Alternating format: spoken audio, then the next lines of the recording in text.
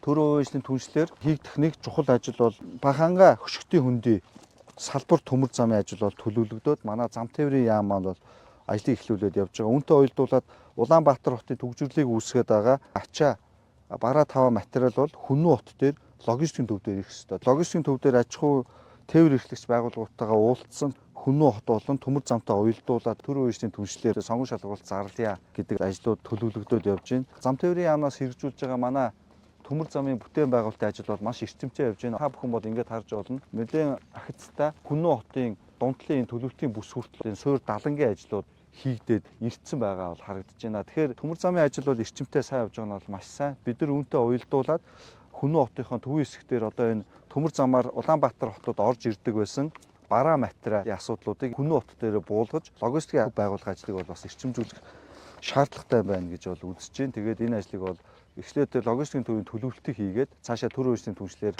сонгон шалгуулалтыг бол зарлаад явна. Төрийн үеийн түншлийн хуулийг анх хэрэглээд 2 төсөл амжилттай гэрээлэх шатанд явж байна.